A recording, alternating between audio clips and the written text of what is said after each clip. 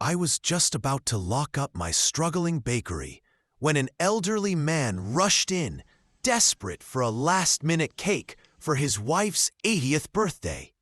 He had completely forgotten. That night, I stayed up baking, pouring everything I had into that cake, unaware that his granddaughter was the city's toughest food critic. That single act of kindness would become the most important review of my career. This is the story of the cake that saved a dream. Before we fire up the ovens, tell me, what city are you watching from today? And don't forget to subscribe for daily stories. Now, let's get back to the bakery.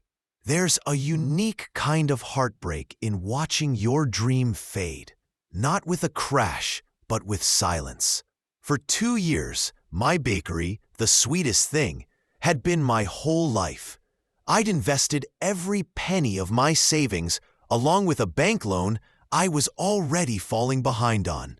The shop was small, warm, and filled with the aromas of my grandmother's recipes: cinnamon, butter, sugar slowly caramelizing. Tomorrow was his wife Eleanor's 80th birthday, and he'd forgotten to order a cake.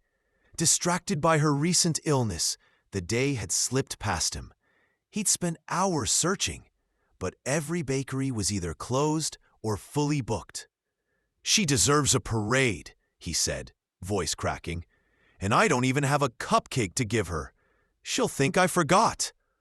I looked at him, this devoted, worried husband, and my practical side screamed no. I was exhausted, nearly broke, and low on ingredients. My bakery was weeks from shutting down. This wasn't my responsibility. But the baker in me, the one raised at my grandmother's side, who believed in the quiet magic of birthday cakes, couldn't refuse. "What kind of cake?" I asked. His face lit up. "A 3-layer red velvet with old-fashioned cream cheese frosting, and one perfect sugar-spun rose on top. She's very particular." It was no simple order. A cake like that takes 8 hours and quality ingredients. Still, I nodded. "Okay, Calvin, I'll have it ready by 10 a.m. He tried to pay up front, but I waved him off. "Tomorrow," I said. After he left, I checked the clock. 9:30 p.m. By business standards, it was a terrible decision. An all-night, unprofitable cake for a stranger. But when I tied on my apron and opened my grandmother's recipe book, something shifted. For the first time in months, I felt like a baker again. Craft mattered more than cost. I refused to use the cheap bulk supplies I'd been relying on. Instead, I pulled out my hidden stash: imported Belgian chocolate, real vanilla beans, fresh cream cheese. I knew I'd lose money on this cake, but it didn't matter. It was about my craft and about honoring a love story spanning 55 years. Through the long night, exhaustion gave way to joy. I remembered my grandmother guiding my hands, my mother's smile when I gave her a birthday cake. Baking had never been about profit. It was about love. By sunrise, the cake was complete. 3 flawless tiers of red velvet covered in smooth cream cheese frosting. On top, a single sugar rose, delicate and translucent, with a tiny drop of dew. I placed it carefully in an elegant box I'd been saving, then sat down to wait. Calm for the first time in weeks. My business was failing, but for one night, I'd been a baker again. At 10 a.m., the bell chimed. Calvin walked in, nervous but hopeful. I lifted the lid of the box. His eyes filled with tears as he took my hand. "Thank you," he whispered. "You haven't just helped a forgetful old man. You've honored my wife." He left, carrying the cake, as if it were priceless. I thought that was the end of it, a small, quiet finale. I didn't realize that just a few blocks away, My cake was about to steal the show at a birthday party I wasn't even invited to. Nor did I know that one of the guests was Juliana, sharp, influential, and the city's most feared food critic. Juliana adored her grandparents and had been furious with Calvin for forgetting such a milestone. When he returned with the cake, the room fell silent as he opened the box. Juliana, who had sampled the creations of world-class chefs, studied the cake with suspicion. It wasn't flashy or modern. 3 neat tiers, smooth cream cheese frosting, and a delicate spun sugar rose on top. She took a bite. Her skepticism disappeared. The texture was light and moist, the frosting balanced between sweet and tangy. It tasted of real ingredients, patience, and care, qualities rarely found in her world. She looked at her grandparents and saw their happiness. Moved, Juliana reached for her phone, noted the bakery's name on the box, The Sweetest Thing, and decided this was a story worth telling. Aftermath, I spent the rest of that Saturday in a quiet haze. I carefully cleaned the kitchen, bracing for the bank's inspection, convinced the fight to save my bakery was nearly over. That night, I slept deeply for the first time in months. The next morning, everything changed. My phone, usually a source of stress, buzzed non-stop. My bakery's social media, silent for months, was suddenly flooded with mentions, tags, and new followers. The review. A friend texted me a link to Juliana's blog. The headline read, "Simply a forgetful grandfather and the best red velvet cake in America."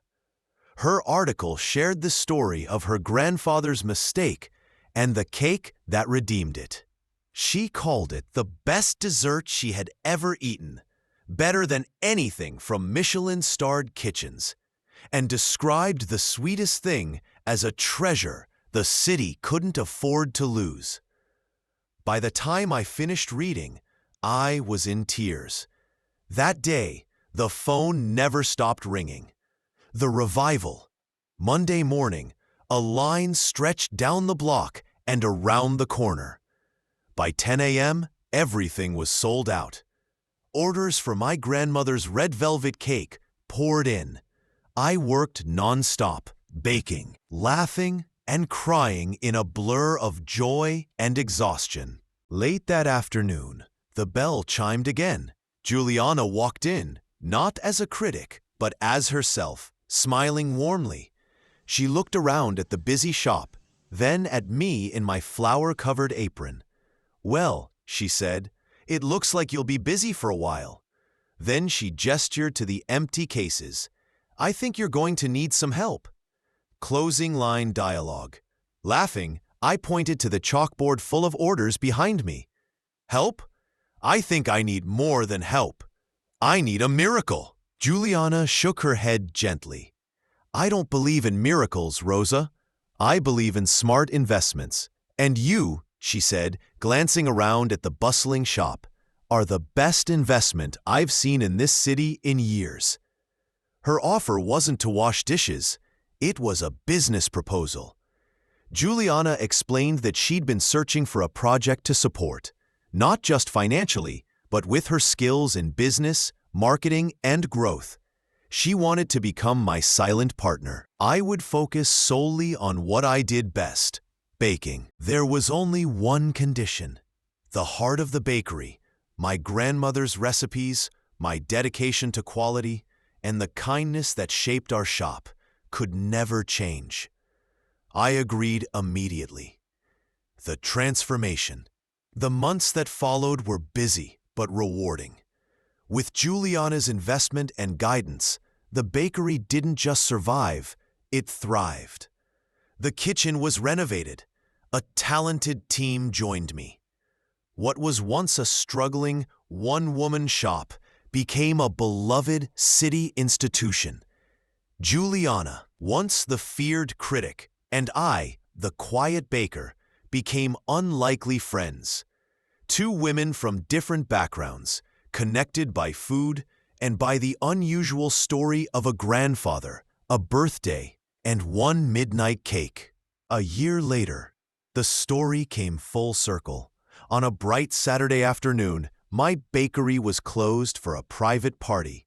It was Eleanor's 81st birthday. The room overflowed with family, laughter, and warmth. Calvin's face glowed with pride, and Eleanor's smile lit up the room. Then the cake arrived, a 3-tier red velvet masterpiece, just like the one from the year before. But this time, I didn't carry it alone. At my side was Juliana, my partner, my friend. Together, we set it down as the family sang. I looked around at my thriving bakery, at the faces of people who had become family, and thought of the woman I had been a year earlier, tired, defeated, and ready to give up. That night, I thought I was just baking a cake. In reality, I was baking a new future. Closing message. This story is proof that one small, selfless act can be the ingredient that changes everything. What do you think of Juliana's decision to become a partner in the bakery? Share your thoughts in the comments below. If this story inspired you, hit the like button, subscribe for more uplifting stories, and don't forget to turn on notifications so you never miss an update.